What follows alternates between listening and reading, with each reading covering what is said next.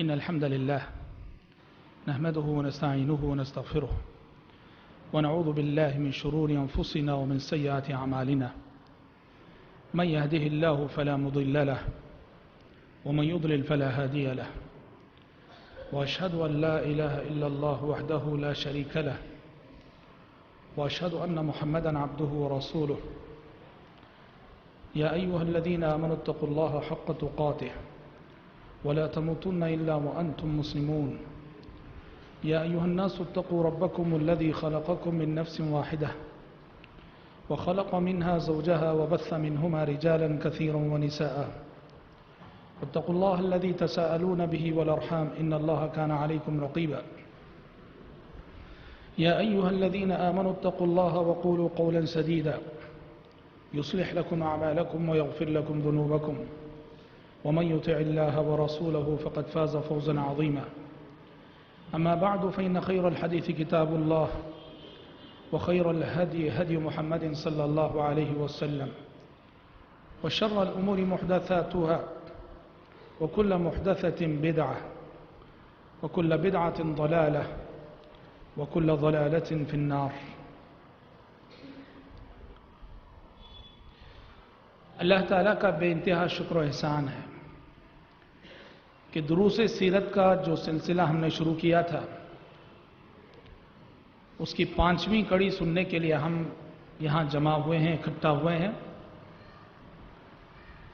اور آج کے درس میں ہم نبی کریم صلی اللہ علیہ وسلم کی نبوت سے پہلے کی جو زندگی ہے اس زندگی کے حوالے سے 3 اہم باتیں انشاءاللہ تعالی سنیں گے.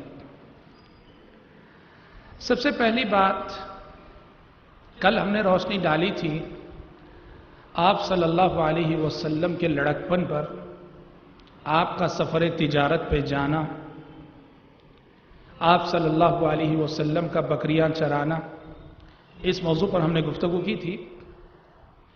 بعد کی زندگی کے جو اہم واقعات ہیں اس میں سے ایک اہم واقعہ انجمن حلف الفضول میں آپ صلی اللہ علیہ وسلم کی شرکت اور آپ کی حصہ داری. یہ انجمن حلف الفضول کیا ہے؟ ہوا یہ کہ مکے میں بد امنی عام ہو گئی، فساد عام ہو گیا، راہ چلتے مسافر لوٹ لیے جاتے تھے، چوریاں ہونے لگیں، اور جبکہ آپ کو معلوم ہے کہ سرزمین مکہ سرزمین حرم ہے اور اس کی حرمت کا پاس و لحاظ مکے کے کافر رہنے کے باوجود مکے کی حرمت کا کافی پاس و لحاظ کرتے تھے. لہذا جب مکے میں بدامنی عام ہو گئی، فساد پھیل گیا، تو مکے کے کچھ سنجیدہ لوگوں نے آپس میں مل کر یہ طے کیا کہ چلو ایک تنظیم قائم کرتے ہیں، ایک کمیٹی بناتے ہیں، اور اس کمیٹی کا کام ہی یہی ہوگا کہ مکے کو پرامن بنائیں. یہاں جو چوری کے واقعات، لوٹ کے واقعات ہو رہے ہیں، ان کا تدارک کریں اور مکے کے ماحول کو امن والا ماحول بنائیں.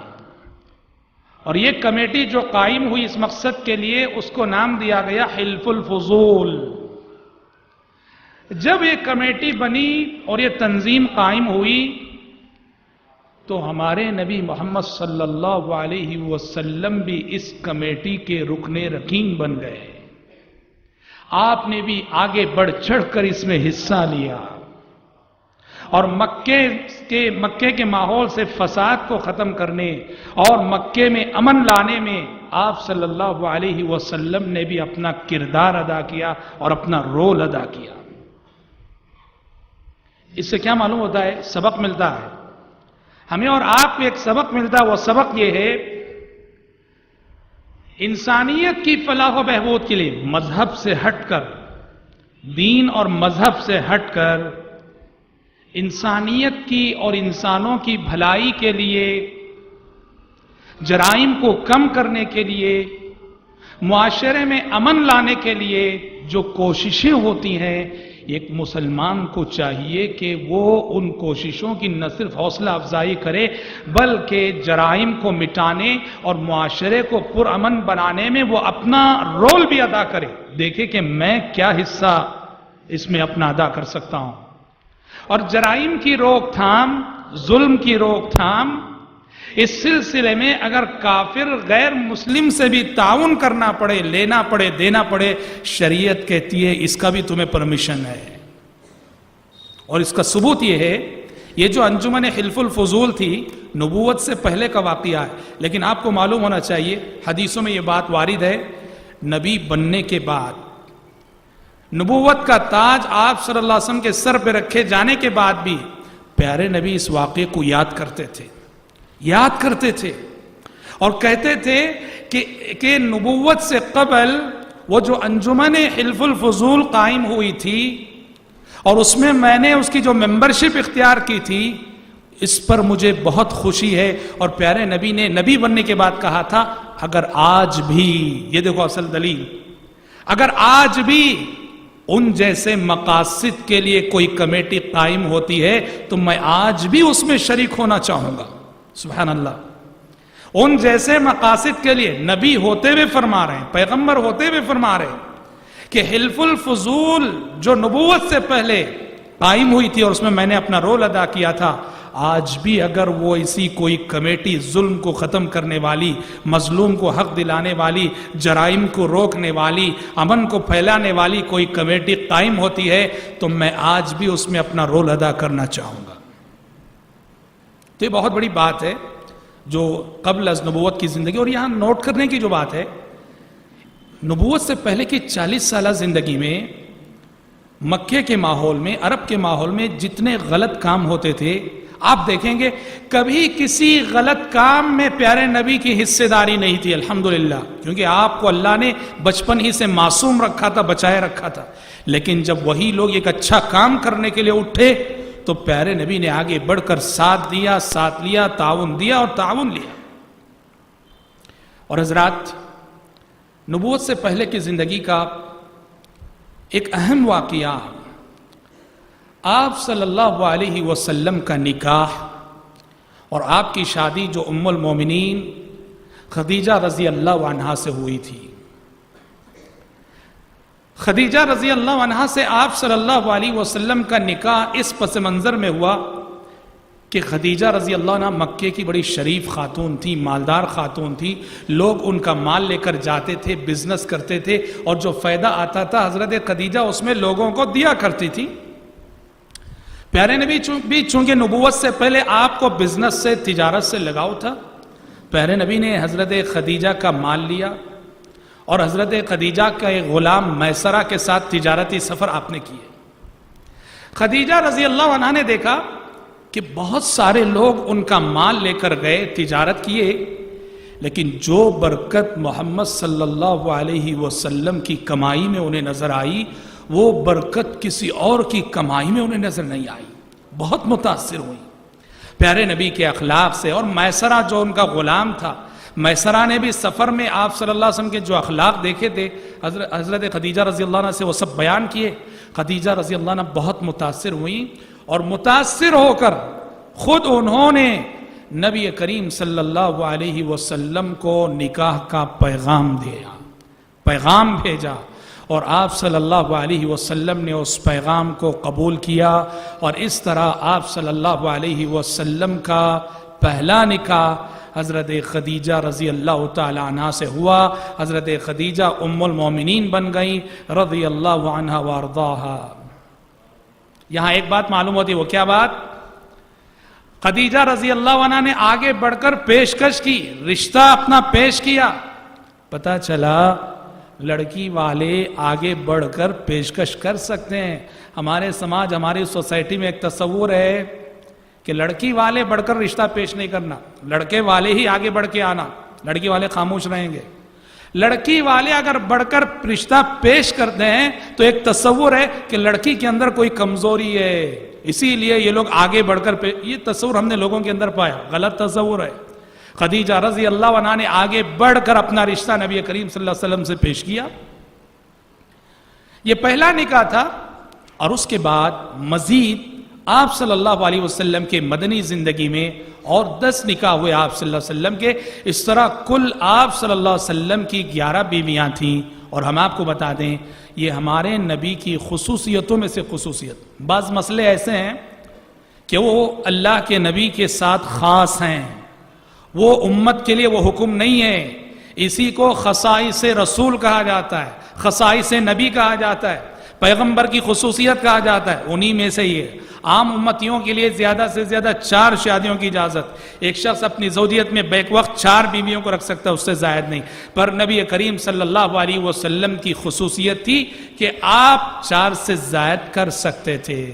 حضرات, میرے آج کے درس کا تفصیلی موضوع, حقیقی موضوع یہی ہے. اس پر میں روشنی تفصیل سے ڈالنا چاہوں گا, کیونکہ اس موضوع کو لے کر نبی کریم صلی اللہ علیہ وسلم کی جو 11 شادیاں ہوئی, اس موضوع کو لے کر دشمنان اسلام نے بہت زیادہ زہر پھیلایا ہے. بہت زیادہ نبی کریم صلی اللہ علیہ وسلم کی عزت و آبرو سے کھلواڑ کرنے کی کوشش کی ہے. نعوذ باللہ, آپ کی شخصیت پر کیچڑ اچھالا ہے. آپ کو معلوم ہے 20ویں صدی عیسوی کے آغاز میں آریہ سماج کے ایک گستاخ نے کتاب لکھی تھی اس موضوع کو لے کر, اور اس موضوع پر اس نے جو کتاب لکھی اس کتاب کا اس نے نام رکھا تھا, اللہ معاف کرے ہم وہ نام اپنی زبان سے لے رہے ہیں, اس نے اپنی کتاب کا نام رکھا تھا رنگیلا رسول. نعوذ باللہ. اس گستاخ کا جواب دیا تھا مناظر اسلام شیخ الاسلام مولانا ابو الوفا ثناء اللہ امرتسری رحمت اللہ علیہ نے, جنہیں ہندوستان کا ابن تیمیہ کہا گیا. مولانا ثناء اللہ امرتسری رحمت اللہ علیہ نے رنگیلا رسول کے جواب میں کتاب لکھی مقدس رسول, جس میں انہوں نے آریہ سماج کے اس گستاخ نے پیارے نبی کی 11 شادیوں کو لے کر جو اعتراضات کیے تھے, سب کے بڑے اطمینان بخش جوابات مولانا ثناء اللہ امرتسری رحمت اللہ علیہ نے دیے. اور میں بڑی معذرت کے ساتھ آپ سے عرض کرنا چاہتا ہوں کہ اس موضوع پر گفتگو میں کرنے جا رہا ہوں, اور گفتگو ناگزیر ہے, ضروری ہے. کیوں ضروری ہے؟ ہمارا نیو جنریشن, ہماری نئی نسل, خصوصاً وہ نوجوان جو دعوت و تبلیغ کے میدان سے جڑے ہوئے ہیں, اور وہ نوجوان جو اسکولوں اور کالجوں میں پڑھ رہے ہیں, اور خصوصاً وہ نوجوان جو مشنری کے کالجز میں پڑھتے ہیں. یاد رکھیے, عیسائی مشنریاں اپنے مبلغین کو باقاعدہ ٹریننگ دیتی ہیں. عیسائی مشنریوں کی ٹریننگ ہے باقاعدہ کہ جب کبھی کسی مسلمان سے بات کرنے کا موقع ملے, وہ ریلیجیس پر بات کرنے کے لیے آئے, فوراً کیا کرو, ان کے نبی نے جو 11 شادیاں کی ہیں وہ موضوع, وہ ٹاپک چھیڑ دو, وہ مسلمان ڈیفنس میں آ جائے گا, ڈیفنس پوزیشن میں آ جائے گا. تم پر وہ اٹیکنگ پوزیشن میں نہیں رہے گا. جیسے تم 11 شادیوں کا مسئلہ چھیڑ دو گے, وہ دفاع کرنے باقاعدہ ٹریننگ دی جاتی ہے. اور آج ہمارے نوجوان انٹرنیٹ پہ بیٹھتے ہیں, ہر چیز پڑھ لیتے ہیں. سلف صالحین رحمت اللہ علیہ مجمعین نے ایک اصول بتایا, بہت عظیم اصول. کہا کہ مسلمان ہو اور بدعتی ہو, تو کہا کہ مسلمان ہو اور بدعتی ہو تو اس کی کتابوں کو نہ پڑھو, اس کی تحریروں کو نہ پڑھو. اور آج ہمارے نوجوان دشمنان اسلام, جی جو حاسدین اسلام ہے, حاقدین اسلام ہے, کفار ہیں, سب کی تحریریں, سب کی کتابیں پڑھ لیتے ہیں. ٹھیک ہے, پڑھو, پہلے اپنے پاس اتنا علم ہے کیا دیکھو کہ وہ جو شبہات پیدا کرے گا, جو شبہات اٹھائے گا, اس کا جواب دینے کی سکت ہے, تب پڑھو آپ. لیکن ہمارے پاس کچھ شریعت کا زیادہ علم نہیں, اور ہم ایسی تحریریں پڑھ لیتے ہیں. اور نتیجے میں کیا ہوتا ہے, ہمارے نیو جنریشن کے ذہن میں پیارے نبی کے تعلق سے بہت سارے شکوک و شبہات نعوذ باللہ ثم نعوذ باللہ بیٹھ جاتے ہیں. سوال یہ ہے کیسے جواب دیں ہم, کیا جواب دیں ہم؟ پیارے نبی نے جو 11 شادیاں کی, نعوذ باللہ ثم نعوذ باللہ, یہ دشمنان اسلام کہتے ہیں کہ یہ ہوس پرستی تھی, نفسانی خواہشات کا غلبہ تھا. نعوذ باللہ. کیسے جواب دیں گے آپ؟ حضرات, اس سلسلے میں دشمنوں نے جو بھی کہا, جتنا بھی کہا, سب کا ایک ہی جواب ہے, اور وہ جواب ام المومنین خدیجہ رضی اللہ عنہا سے آپ کا جو نکاح ہوا، بس اس پہ غور کر لیجئے. پیارے نبی کی پاک دامنی، آپ کا اعلیٰ کردار، آپ کے اعلیٰ اخلاق اور آپ کی باطن کی صفائی واضح ہو جائے گی. وہ کیسے؟ آپ کو معلوم ہے مائی خدیجہ رضی اللہ عنہا جو آپ کی پہلی بیوی تھی نبی کریم صلی اللہ علیہ وسلم کی، ہم سب جانتے ہیں خدیجہ رضی اللہ عنہا بیوہ تھی آپ صلی اللہ علیہ وسلم کی جبکہ پہلی شادی. جو پیغمبر، جو رسول اپنی پہلی نکاح، پہلی شادی کے لیے ایک بیوہ عورت کا انتخاب کرے، ایسے پیغمبر کو نعوذ باللہ شہوت پرستی کا الزام دینا کتنا بڑا انصاف کا خون ہے. اور دوسری بات ہم سب جانتے ہیں خدیجہ رضی اللہ عنہ ایک تو بیوہ تھی، دوسرا مسئلہ یہ ہم سب جانتے ہیں کہ عمر میں بھی کافی فرق تھا. نبی کریم صلی اللہ علیہ وسلم کی عمر 25 سال کی تھی اور خدیجہ رضی اللہ عنہ عمر میں آپ سے 15 سال بڑی تھی، وہ 40 سال کی تھی. اللہ اکبر. عموماً ہوتا یہ ہے کہ لڑکے کی عمر بڑی، لڑکی کی کم ہوتی ہے. یہاں پیارے نبی کا پہلا نکاح جس بیوہ خاتون سے ہو رہا ہے وہ عمر میں آپ سے 15 سال بڑی ہیں. اور سب سے اہم بات جو اس مسئلے میں وہ کیا ہے جانتے ہیں؟ سب سے اہم بات یہ ہے اور یہی اصل جواب ہے کہ جب تک خدیجہ رضی اللہ عنہا زندہ رہیں پیارے نبی نے کوئی دوسرا نکاح، کوئی دوسری شادی نہیں کی. اور آپ کو معلوم ہے کہ خدیجہ رضی اللہ عنہا کا جب انتقال ہوا پیارے نبی کی عمر کیا تھی؟ نکاح ہوا تو پیارے نبی 25 سال کے تھے اور خدیجہ رضی اللہ عنہا کا جب انتقال ہوا تو پیارے نبی کی عمر تھی 53 سال، 50 پر 3 سال. کیا مطلب؟ پوری جوانی پیارے نبی نے ایک بیوہ عورت کے ساتھ گزار دی، ایک بیوہ بیوی کے ساتھ گزار دی. دیکھیے سبحان اللہ، پوری جوانی ہی تو ہوتی ہے، خواہشات کا مرحلہ، نفس کے غلبے کا جوانی ہوتی ہے. جو پیغمبر اپنی پوری جوانی ایک بیوہ عورت سے نکاح کر کے گزار دے، اس پیغمبر کو نعوذ باللہ شہوت پرستی کا الزام دینا یہ انصاف کا کتنا بڑا خون نہیں ہے؟ اب سوال یہ پیدا ہوتا ہے اگر 50 پر 3 سال تک پیارے نبی کی صرف ایک ہی بیوی تھی تو باقی زندگی میں جو 10 شادیاں ہوئی وہ کیوں اور اس کا پس منظر کیا؟ ہاں یہ جاننے کی بات ہے. یاد رکھیے باقیہ جو 10 شادیاں ہوئیں آپ صلی اللہ علیہ وسلم کی بڑے پاکیزہ مقاصد کے لیے، بڑے اعلیٰ مقاصد کے لیے، جس سے آپ صلی اللہ علیہ وسلم کے کریمانہ اخلاق معلوم ہوتے ہیں. 3 یا 4 اہم مقاصد ہیں.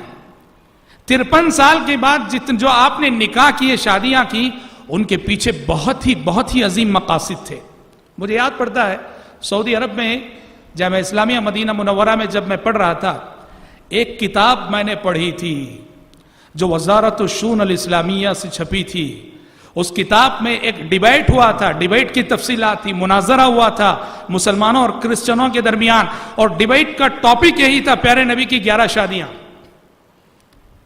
اور اس ڈیبیٹ اور اس مناظرے کا رزلٹ یہ نکلا تھا کہ ڈیبیٹ اور مناظرے کے بعد جو کرسچن مناظر تھے وہ مسلمان ہو گئے تھے، پیارے نبی کے اعلیٰ اخلاق کے قائل ہو گئے تھے. کیونکہ جو شخص انصاف کے ساتھ دیکھے گا تو آپ صلی اللہ علیہ وسلم کی ان 11 شادیوں میں کہیں بھی نعوذ باللہ ثم نعوذ باللہ وہ شہوت کی بات، خواہشات کی بات کہیں نظر نہیں آئے گی. آئیے دیکھتے ہیں کیا مقاصد تھے، کیا اسباب تھے، کیا ریزن تھے کہ جو آپ صلی اللہ علیہ وسلم نے اتنے نکاح کی. سب سے پہلا سبب، آپ نے بعض خواتین سے نکاح کیا اس مقصد کی خاطر کہ وہ ایسی خواتین تھیں جو اسلام لائیں اور اسلام لا کر انہوں نے دین کے لیے، اللہ کے لیے بڑی قربانیاں دیں اور قربانیاں دینے کے بعد بیوہ ہو گئیں، ان کے شوہر انتقال کر گئے، بے سہارا ہو گئیں، اکیلی ہو گئیں، اور ان میں سے بعض کے پاس ننھے چھوٹے بچے، پریشان ہو گئیں. پیارے نبی نے ان بے سہارا بیواؤں کو سہارا دینے کے لیے اور اسلام کے لیے انہوں نے جو قربانیاں دی، دنیا میں اس کے ایک بدلے کے طور پر ان سے نکاح کیا تاکہ انہیں ام المومنین ہونے کا شرف حاصل ہو کہ یہ وہ خاتون ہے جو قیامت تک آنے والے مسلمانوں کی ماں ہے۔ قیامت تک آنے والے مسلمان اس خاتون کی قربانیوں کا صلہ اس حیثیت سے دے کہ اس خاتون کا جب بھی نام لے تو پہلے ام المومنین کہیں اور اس کے بعد اس کا نام لیں، قربانیوں کا بدلہ دینے کے لیے۔ اس کو آپ سمجھ سکتے ہیں، دو مثالیں میں آپ کے سامنے دیتا ہوں۔ ام حبیبہ رضی اللہ عنہ جو آپ صلی اللہ علیہ وسلم کی ایک زوجہ ہیں، ام المومنین رضی اللہ عنہ، ام حبیبہ سے آپ کا نکاح ہوا۔ دیکھو کہ ام حبیبہ سے آپ کا جو نکاح ہوا کس پس منظر میں ہوا اور کن حالات میں ہوا۔ ام حبیبہ رضی اللہ عنہ ایک تو اسلام لائیں، اسلام لانے کے بعد اپنے شوہر عبید اللہ بن جہش کے ساتھ مکہ چھوڑ کر انہوں نے حبشہ ہجرت کی۔ جو مہاجرین مکے میں ستائے گئے اور ستائے جانے کی وجہ سے مکہ چھوڑ کر انہوں نے حبشہ ہجرت کی، اس میں ام حبیبہ رضی اللہ عنہ اپنے شوہر عبید اللہ بن جہش کے ساتھ گئی تھی۔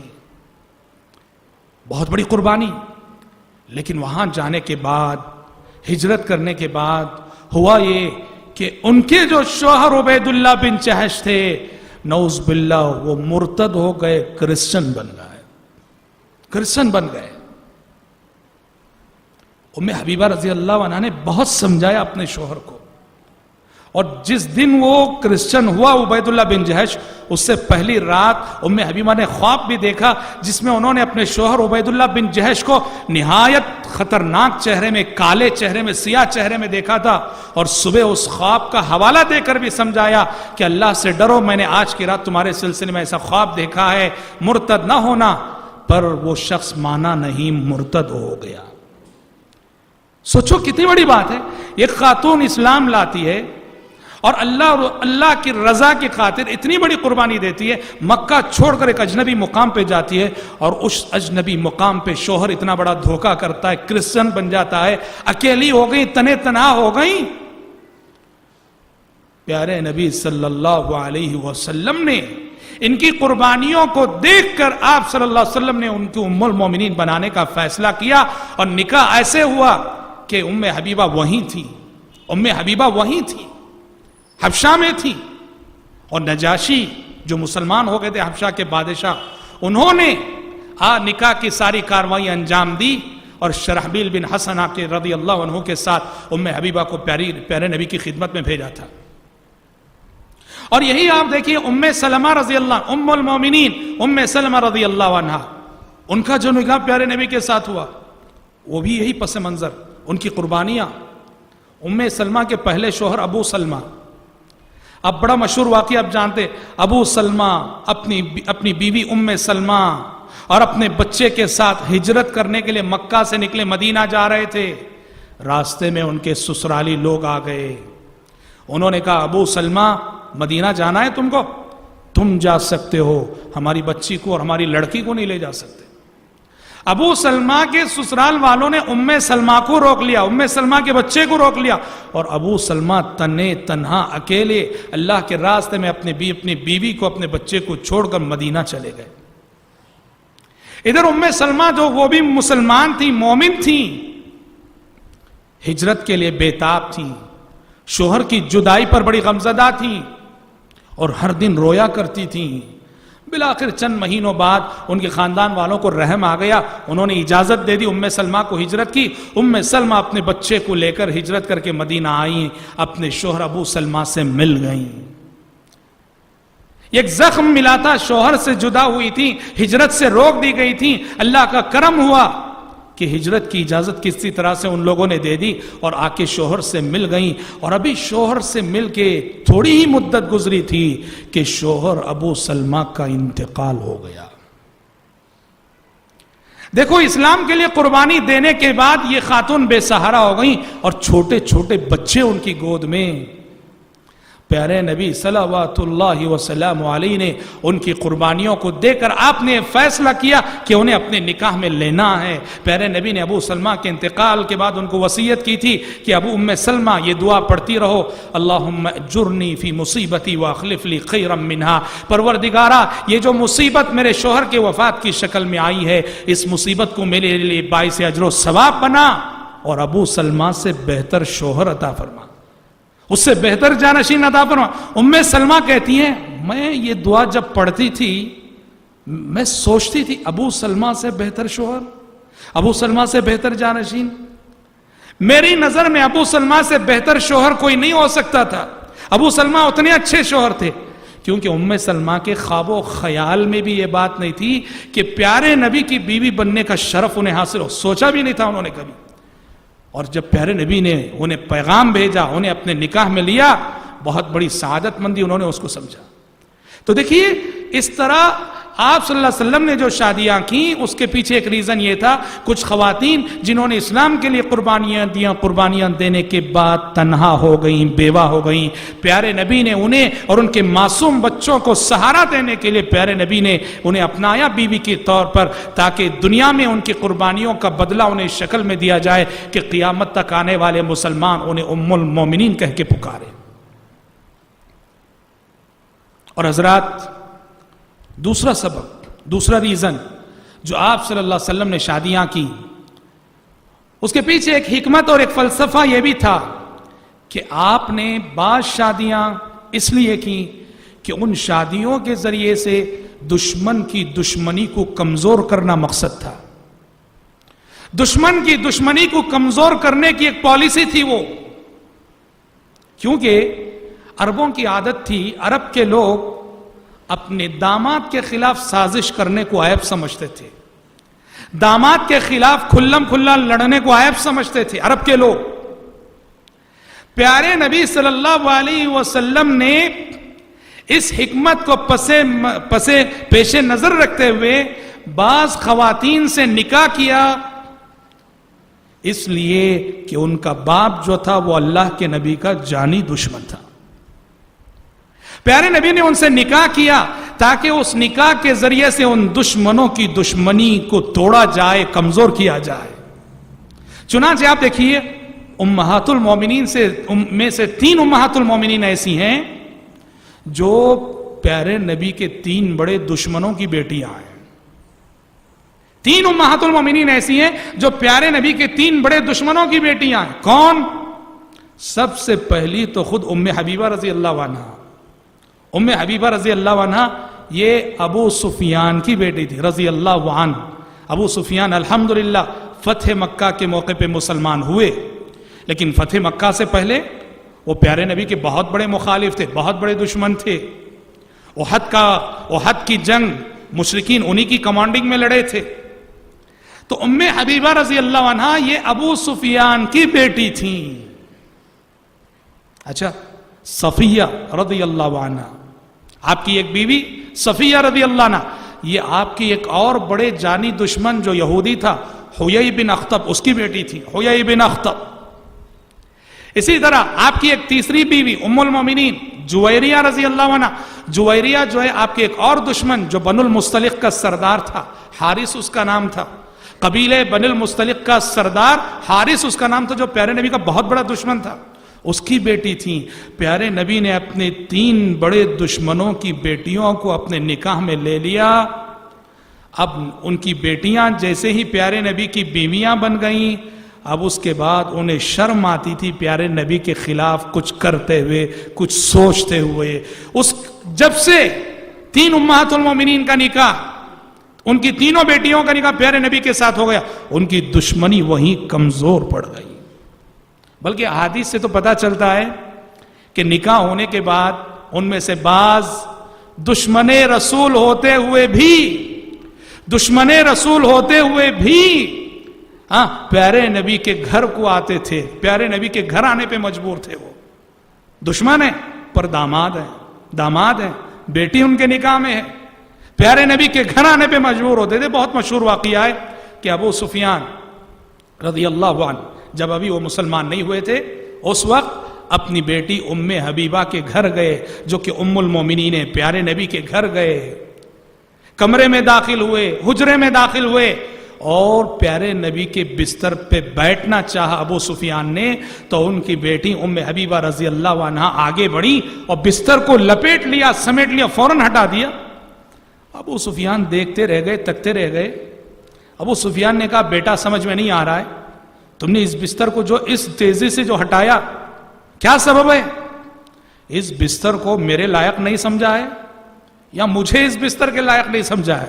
ام حبیبہ نے فوراً کہا ابا جان آپ میرے باپ ہیں صحیح، پر یہ اللہ کے نبی کا بستر ہے، آپ اللہ کے نبی کے دشمن رہتے ہوئے اللہ کے نبی کے بستر پہ نہیں بیٹھ سکتے آپ۔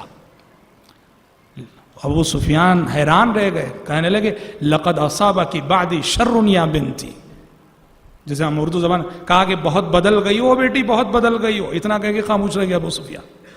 سوچو کتنی بڑی بات ہے، دشمن رہتے ہوئے، مخالف رہتے ہوئے نبی کے گھر آنے پر مجبور ہے، کیوں؟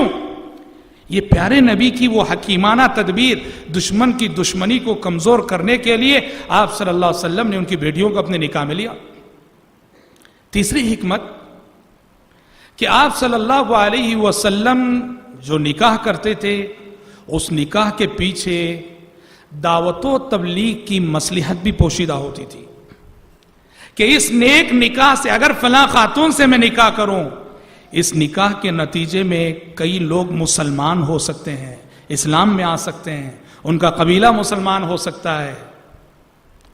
چنانچہ آپ دیکھیے ام المومنین جویریہ رضی اللہ عنہا سے آپ کا جو نکاح ہوا، سبحان اللہ کیا خیر و برکت والا نکاح، کس پس منظر میں؟ اس کے پیچھے یہ بہت بڑی دعوتی مصلحت اور دعوتی مقصد بھی تھا۔ کن حالات میں ہوا تھا یہ نکاح؟ بنو المستلق کی تھیں، بنو المستلق کے سردار کی بیٹی تھیں جویریہ رضی اللہ عنہا۔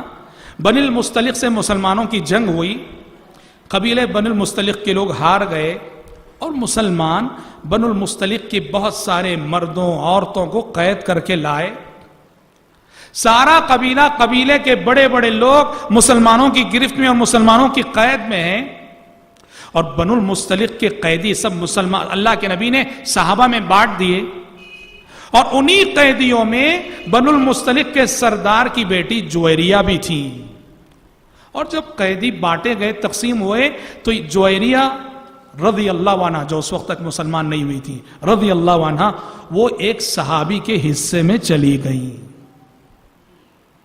وہ سردار کی بیٹی تھی، شہزادی کی طرح تھی، انہوں نے اپنے آپ کو غلامی میں پایا، ایک لونڈی کی حیثیت میں پایا، تو جس صحابی کے حصے میں وہ آئی تھی انہوں نے ان صحابی سے ریکویسٹ کی، درخواست کی، کہا کہ اس زمانے میں ایک رواج تھا، اسے مکاتبہ کہا جاتا تھا کہ غلام اور آقا میں کمپرومائز ہوتا تھا، میں آپ کو اتنا پیسہ دے دوں گا، آپ مجھے آزاد کر دینا۔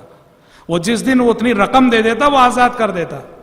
جویریہ رضی اللہ عنہا نے وہ جن صحابی کے قید میں تھیں ان سے وہ کمپرومائز کر لیا، میں آپ کو اتنی رقم دے دوں گی، آپ مجھے آزاد کر دینا۔ صحابی نے کہا ٹھیک ہے۔ اب وہ رقم اس کا انتظام کرنا ہے، پیسے کا انتظام کرنا ہے۔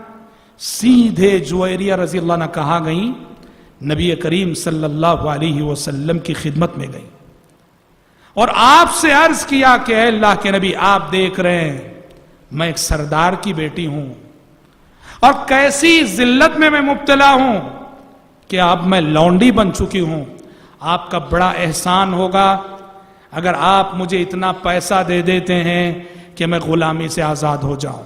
پیارے نبی سے درخواست کی، پیارے نبی نے ان سے کہا کہ جویریہ دیکھو، چاہو تو میں تمہیں وہ پیسہ دے دوں گا، جاؤ آزاد ہو جاؤ، آزاد ہو کے اپنے گھر چلے جاؤ۔ سیکنڈ چوائس یہ ہے کہ میں خود تمہیں آزاد کرتا ہوں اور میں خود تمہیں آزاد کر کے میں تمہیں ام المومنین ہونے کا شرف عطا کرتا ہوں۔ جویریہ نے کہا اگر آپ مجھے اپنے نکاح میں لیتے ہیں تو میرے لیے اس سے بڑی سعادت مندی کی بات کوئی نہیں، جو دوسرا مشورہ وہ مجھے منظور ہے، آپ خود مجھے آزاد کیجئے، ام المومنین بنا لیجئے۔ اس طرح جویریہ رضی اللہ عنہ الحمدللہ مسلمان ہوئی، پیارے نبی نے انہیں آزاد کیا اور ان سے نکاح کیا، ام المومنین بنا لیا۔ پیارے نبی کی نگاہیں بہت دور تک دیکھ رہی تھی، بہت دور تک. کیا ہوا رزلٹ؟ نتیجہ کیا ہوا؟ جیسے پیارے نبی صلی اللہ علیہ وسلم کا نکاح اور جویریہ کا نکاح پیارے نبی سے ہوا اور پورے مدینے میں خبر پھیلی کہ جویریہ اب ام المومنین بن گئی ہیں، مدینے کے سارے صحابہ نے اپنے اپنے، میں بتایا کہ بنو المستلق کے لوگ سارے قید تھے صحابہ کے پاس، جویریہ کے قبیلے کے لوگ قید تھے صحابہ کے پاس. جیسے ہی نکاح ہوا سارے صحابہ نے اپنے اپنے قیدیوں کو یہ کہہ کے آزاد کر دیا، اصحار رسول اللہ صلی اللہ علیہ وسلم، کہا کہ جویریہ ام المومنین بن گئی، اس کا مطلب بنو المستلق کا قبیلہ نبی کا سسرالی قبیلہ بن گیا، ہم نبی کے سسرال کے لوگوں کو غلام بنا کے نہیں رکھ سکتے. آپ سارے صحابہ نے اپنے اپنے قیدیوں کو آزاد کر دیا، بنو المستلق کے سارے قیدی غلامی سے آزاد ہو گئے. اور غلامی سے آزاد ہوئے تو صحابہ کے اور نبی کے اخلاق سے وہ قبیلے کے لوگ اتنا متاثر ہوئے کہ وہ نہ صرف یہ کہ انسانوں کی غلامی سے آزاد ہوئے، غیر اللہ کی غلامی سے بھی آزاد ہو گئے، سب کے سب مسلمان ہو گئے، سب کے سب مسلمان ہو گئے. خود مائی عائشہ صدیقہ رضی اللہ عنہ فرماتی ہیں کہ اللہ کی قسم میں نے جویریہ سے بڑھ کر کسی خاتون کو اپنے قبیلے کے حق میں باعث خیر و برکت نہیں پایا. یہ کتنی خیر و برکت والی خاتون تھیں کہ اس ایک خاتون کی وجہ سے ان کے پورے قبیلے کو ایک تو غلامی سے نجات ملی اور دوسرے پورے قبیلے کو ہدایت ملی کہ پورا قبیلہ مشرف با اسلام ہوا. پیارے نبی کی نگاہیں اتنی دور تک دیکھ رہی تھیں، اس لیے آپ صلی اللہ علیہ وسلم نے دعوتی مصلحت کے پیش نظر، تبلیغ کی مصلحت کے پیش نظر آپ صلی اللہ علیہ وسلم نے بعض نکاح کیے. اور اسی طرح سے حضرات پیارے نبی صلی اللہ علیہ وسلم نے بعض شادیاں اس لیے کی کہ ان شادیوں سے کوئی بہت ہی اہم شرعی حکم بتانا مقصد تھا، شریعت کا کوئی بہت ہی اہم مسئلہ بتانا مقصد تھا، اور وہ آپ زبان سے کہنے کے بجائے پریکٹیکل لائف سے وہ میسج دینا چاہ رہے تھے. آپ وہ کیا ہے؟ آپ دیکھیے ام المومنین زینب بنت جحش رضی اللہ عنہ سے آپ کا جو نکاح ہوا، زینب بنت جحش رضی اللہ عنہ سے آپ کا جو نکاح ہوا، اس کے پیچھے یہی فلسفہ تھا کہ آپ اس نکاح کے ذریعے سے اللہ تعالی امت مسلمہ کو اور ساری انسانیت کو ایک بہت بڑا مسئلہ، بہت بڑا شرعی حکم اور ایک بہت بڑا میسج دینا چاہ رہا تھا. وہ کیا مسئلہ ہے؟ عرب کے لوگوں کی عادت تھی وہ دوسروں کے بچوں کو لے کر پالتے تھے، جیسے آج بھی پالتے ہیں. کسی کو اولاد نہیں ہوئی دوسروں کے بچوں کو لے کے پال لیتے ہیں، اچھی بات، شریعت پالنے سے نہیں روکتی. کسی کو صرف بیٹے ہیں، وہ بیٹی کی خواہش رکھتا ہے، بیٹی نہیں ہوئی کسی کی لڑکی کو لے کے پال لیتے ہیں. کسی کو صرف بیٹیاں ہیں اور لڑکے کی خواہش ہے، لڑکے کی ولادت نہیں ہوئی کسی کے لڑکے کو لے کے لیا. عرب کے لوگ یہ کرتے تھے کہ لے پالک جو ہوتا تھا، لے پالک جس بچے کو لے کر پال لیا جاتا اسے لے پالک کہتے ہیں، عربی زبان میں اسے متبنہ کہتے ہیں. لے پالک کو عرب کے لوگ حقیقی بیٹے کی طرح سے حقیقی بیٹے کا حکم دیتے تھے اور اسی لیے شروع میں آپ جانتے ہیں پیارے نبی صلی اللہ علیہ وسلم نے زید بن حارثہ، ان کو آپ نے اپنا لے پالک بیٹا بنا لیا تھا، زید بن حارثہ رضی اللہ عنہ. اور اسی لیے شروع میں زید بن حارثہ کو صحابہ بھی کیا کہتے تھے؟ زید بن محمد کہتے تھے، محمد صلی اللہ علیہ وسلم کے بیٹے زید.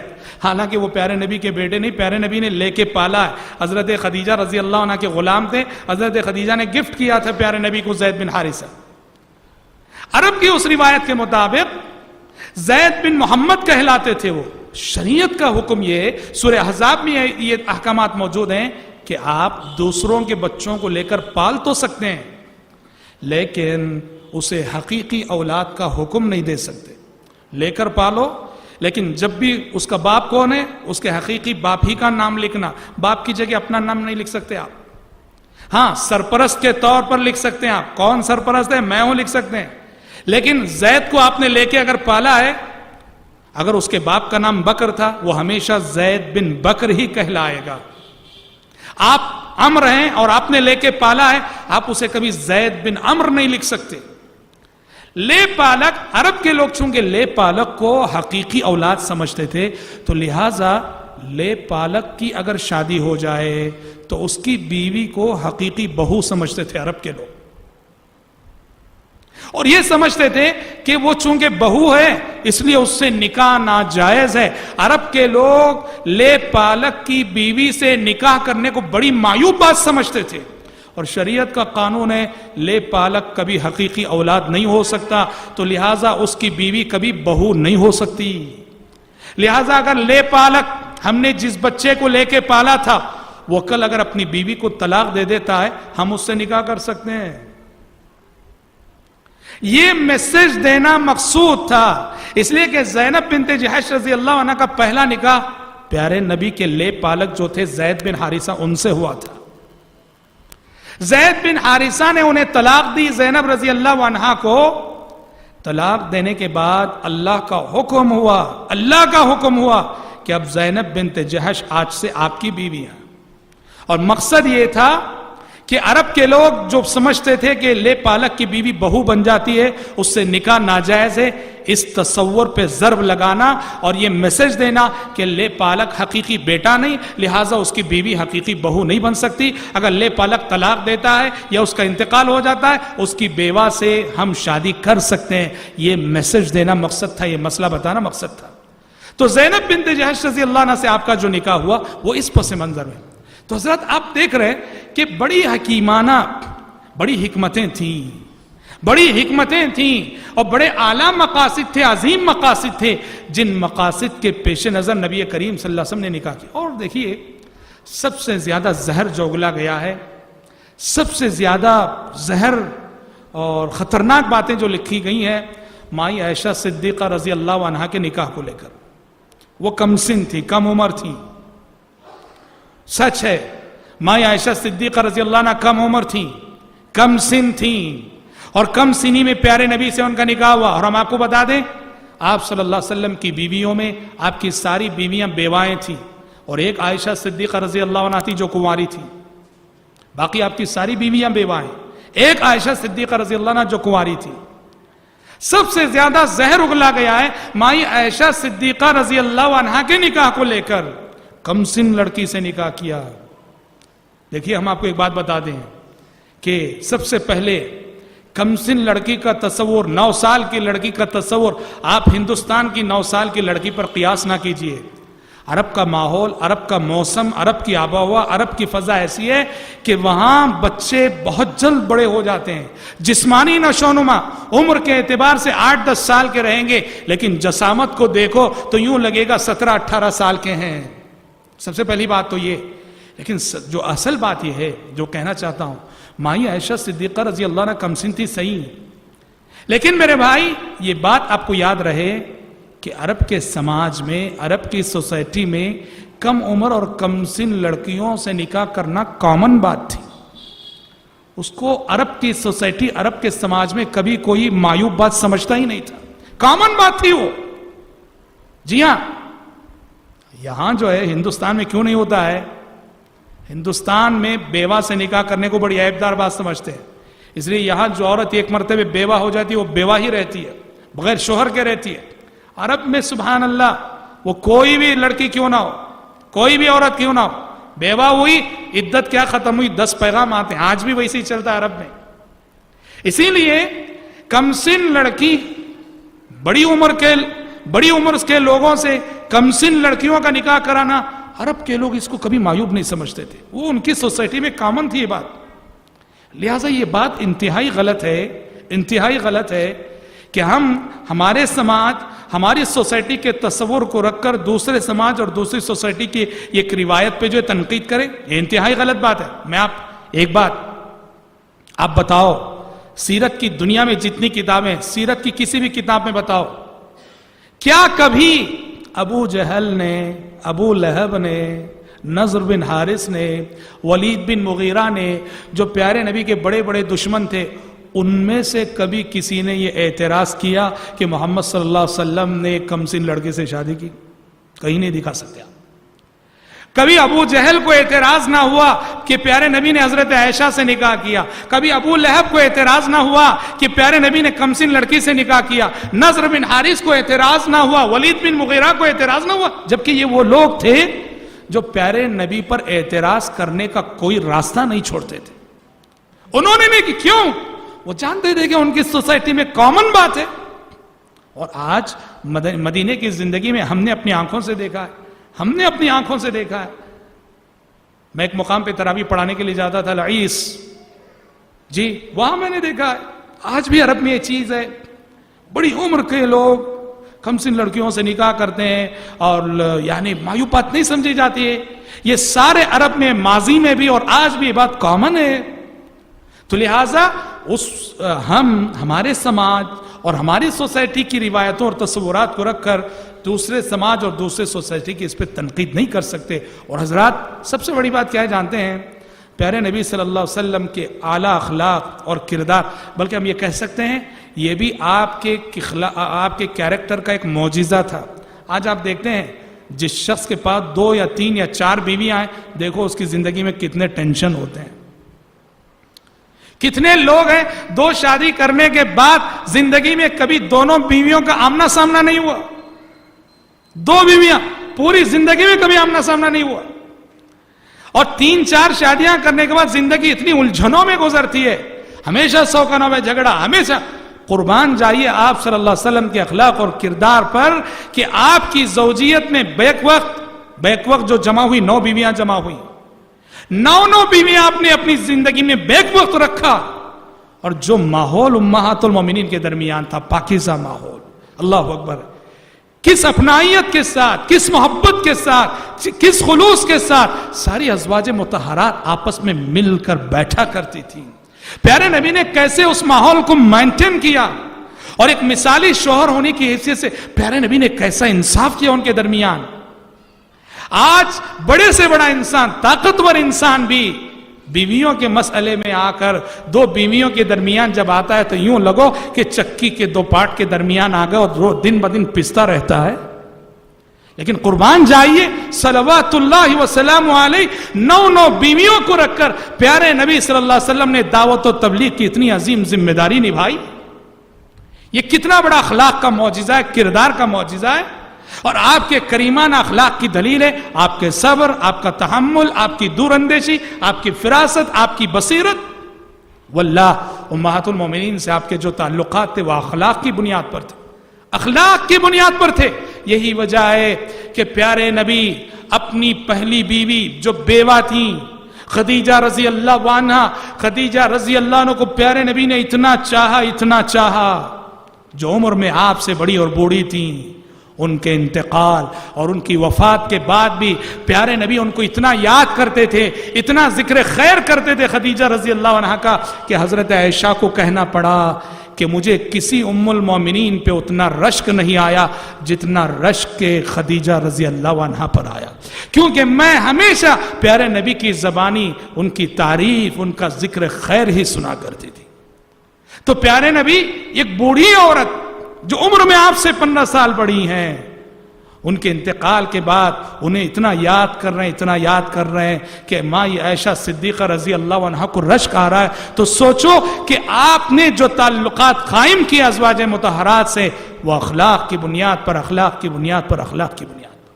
تو حضرات یہ بہت بڑی بات ہے. یہ ایک ایسا موضوع تھا جس کو جاننا بہت ضروری ہے، جس کو چھیڑے بغیر ہم نہیں رہ سکتے تھے. اس لیے کہ جیسے کہ ہم نے کہا آج ہمارے نوجوان نیٹ پہ بیٹھتے ہیں، جو کچھ لکھا گیا پڑھ لیتے ہیں، کنفیوز ہو جاتے ہیں اور بہت سارے شبہات پالنے لگتے ہیں.